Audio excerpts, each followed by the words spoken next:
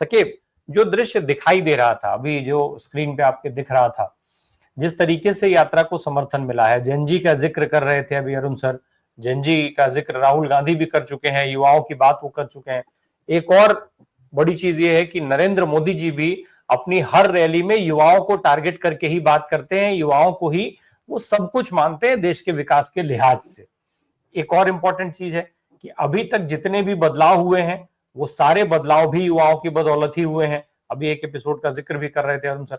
तो ये जितने भी बदलाव अभी तक, वही जेपी मूवमेंट का जो है, जेपी मूवमेंट में आखिर क्या युवाओं ने मोर्चा नहीं संभाला था? अन्ना आंदोलन तक की बात अगर हम करें तो क्या युवाओं ने मोर्चा नहीं संभाला था? ये सारी चीजें सबको दिख रही हैं। अब ऐसे में एक तरफ घुसपैठिए, एक तरफ जो है ये सारे आरोप, उसके साथ में जो सबसे बड़ी ताकत है वोट चोरी, जिसका आरोप लग रहा है। अगर वोट चोरी होती है, भाई 65 लाख नाम ऑलरेडी कट चुके हैं, इसके बाद मशीनरी सिस्टम सबका इस्तेमाल अभी बाकी ही है, तो अगर वोट चोरी होती है तो फिर ऐसे में ये सारे दृश्य तो बेकार हो जाएंगे। इन दृश्यों के मायने क्या रह जाते हैं फिर?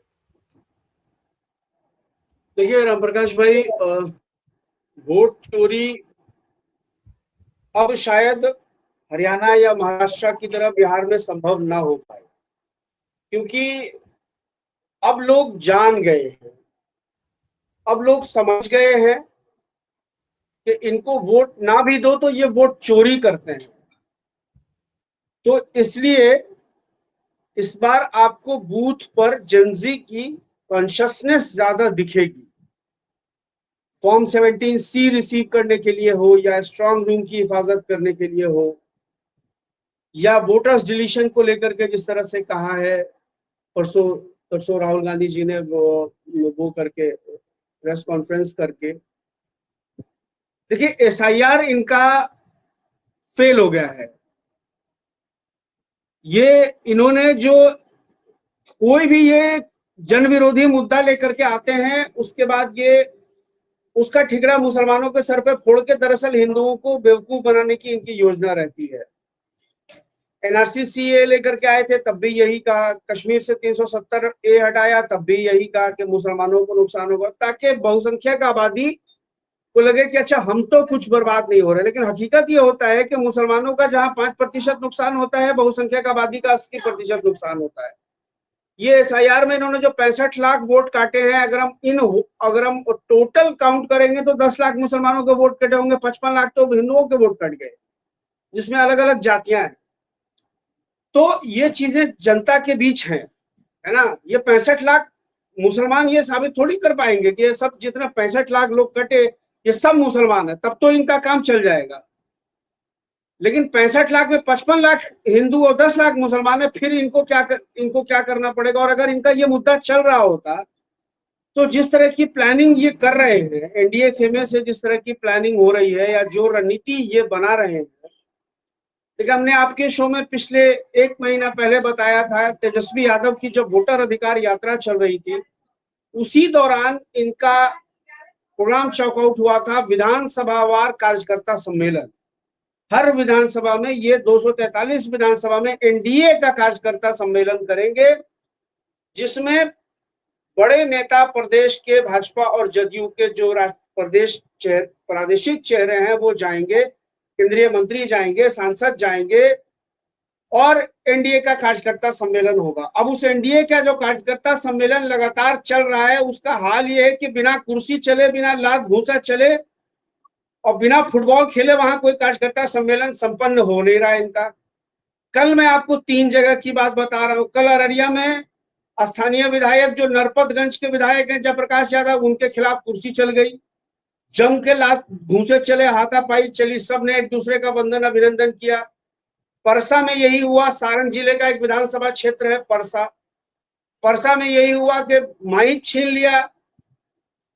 और अररिया में जो कारनामा अंजाम दिया NDA के कार्यकर्ताओं ने, वहां केंद्रीय गृह राज्य मंत्री नित्यानंद राय मंच पर मौजूद थे, अररिया के सांसद प्रदीप सिंह मंच पर मौजूद थे, मंत्री हैं बिहार सरकार के हरि सैनी मंच पर मौजूद थे, पूर्णिया के पूर्व सांसद संतोष कुशवाहा मंच पर मौजूद थे। परसा में जो हुआ है, परसा में जनार्दन सिग्रीवाल जो है वो महाराजगंज के इलाके के सांसद है, वो मौजूद थे।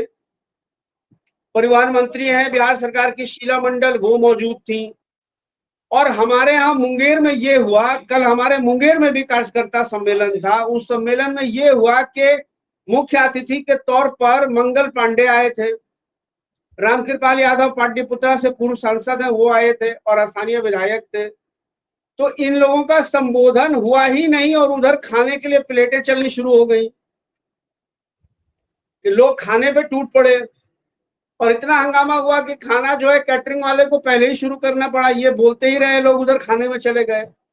तो इनको लोग सुनने के लिए भी नहीं जा रहा है, ये तो जबरदस्ती लाए जा रहे हैं, खाने का लालच देके, पैसा दे करके कि चलो। जब उनको पता चला अच्छा खाने का समय हो गया, भाड़ में जाए, ये इनको कौन सुनने बैठा है, हम तो खाना खाने आए हैं। हर जगह नेताओं, चकाई में 2 मंत्री एक भिड़ गए, कुर्सी डंडा चल गया एक दूसरे पर। हर जगह का यही हाल है इनके कार्यकर्ता सम्मेलन का। और दूसरी तरफ आप देख लीजिए तेजस्वी की जो वोटर बिहार अधिकार यात्रा निकली है, रात के 10 बजे का वो दृश्य है समस्तीपुर का। आप बताइए उस चौराहे पे चारों रास्ते जो हैं वो चारों रास्ते चौक हैं, मोबाइल की रोशनियां जल रही हैं। भाजपा के अंदर, जदयू के अंदर, इवन मुख्यमंत्री नीतीश कुमार आज इस स्थिति में नहीं है कि अगर वो रात के 10 बजे किसी जगह जाकर के बोले कि हम सभा करेंगे तो इतनी भीड़ जुट जाए। मैं सीएम की बात कर रहा हूं, भाजपा के पास तो इसका 10% जुटाने की औकात नहीं है किसी नेता के अंदर में। इसका 10% मैं बोल रहा हूं आपको। वो कोई शादी विवाह का जो बैंक्वेट हॉल होता है, 200-250 लोग बैठते हैं, उनके लिए उतनी भीड़ जम जाए यही बहुत है। कोई विधायक मंत्री आ जाए भाजपा का तो वो भी उनके आधे से ज्यादा हॉल में कुर्सियों पर उनके खुद के पार्टी के और एनडीए के सभी घटक दलों के कार्यकर्ता बैठे होंगे, जनता नहीं होती है वहां। दरअसल घबराहट इसी से है। अभी अनिल सर कह रहे थे ना कि उनको तो एक डिपार्टमेंट मिला हुआ है, घुसपैठिया वाला और पाकिस्तान वाला, झटका वाला भी है उनका एडिशनल चार्ज में। वो झटका हलाल में भी के एडिशनल चार्ज में भी रहते हैं, स्वतंत्र प्रभार के मंत्री है वो, कि झटका, सनातन को झटका खाना चाहिए क्योंकि हलाल तो मुसलमान खाता है। अब तुमसे कौन पूछने जा रहा है भाई, मटन चिकन खाने वाला हिंदू, की भैया हम झटका खाएं कि हलाल खाएं, है ना। तुम जो है टैरिफ के मामले नहीं, अरुण सर बताएंगे कि कौन से जो है सनातन के किस पर, कहां पर लिखा है सनातन में, कहां पर बताया गया है कि आपको मांस खाना है।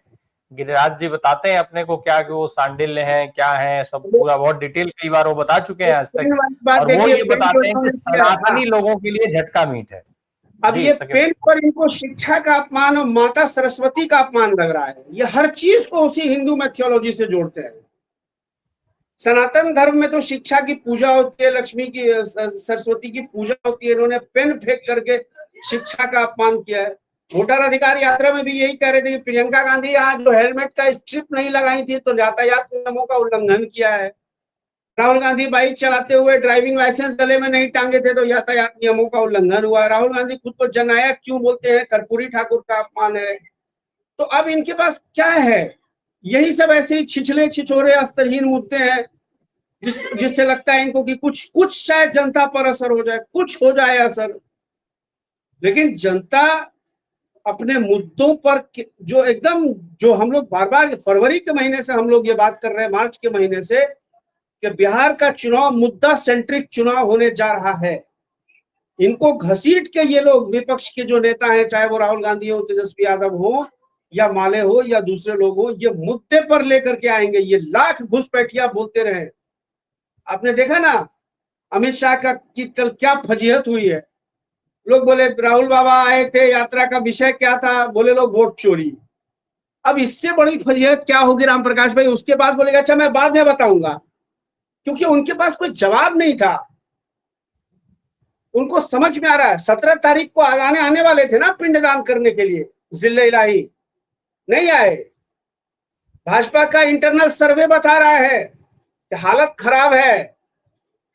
पिंडदान करने का कार्यक्रम कोई सरकारी कार्यक्रम नहीं होता कि जिसमें आप वीडियो और डीएम को लगा देंगे, चिट्ठी निकाल देंगे कि तुम आशा का, आंगनबाड़ी कार्यकर्ता और जीविका दीदियों को बस में ठूस करके लेके आओ। पिंडदान उनका निजी कार्यक्रम था, एक धार्मिक आयोजन था। वहां भी आपको लोग चाहिए थे। वहां आप हो सकता था कि गया जी में रोड शो करते ऐसे ऐसे करते हुए, तो पटना वाला हाल हो जाता आपका। तो पटना में जो फजीहत हुई है वो फजीहत स्क्वायर हो जाती गया जी में जाकर के। इसलिए सरकारी योजनाओं के शिलान्यास में तो आप बुला लेते हैं भाई कि भाई डीएम को भी लगा दिया है, एडीएम को लगा दिया, एसडीओ को लगा दिया, बीडीओ को लगा दिया, अंचल अधिकारी को लगा दिया, सबको लगा दिया, शिक्षा पदाधिकारी को लगा दिया, टीचर को भेजिए। लेकिन ये कोई सरकारी कार्यक्रम तो था नहीं, ये तो मोदी जी का व्यक्तिगत कार्यक्रम था, निजी कार्यक्रम था उनका, कि वो अपने माता जी का पिंडदान करने आ रहे थे। उनको पता था कि यहाँ रिस्पॉन्स नहीं मिलेगा, तो इसलिए उन्होंने उसको मुलतवी किया। बिल्कुल। अब क्या इनके पास बचा हुआ है?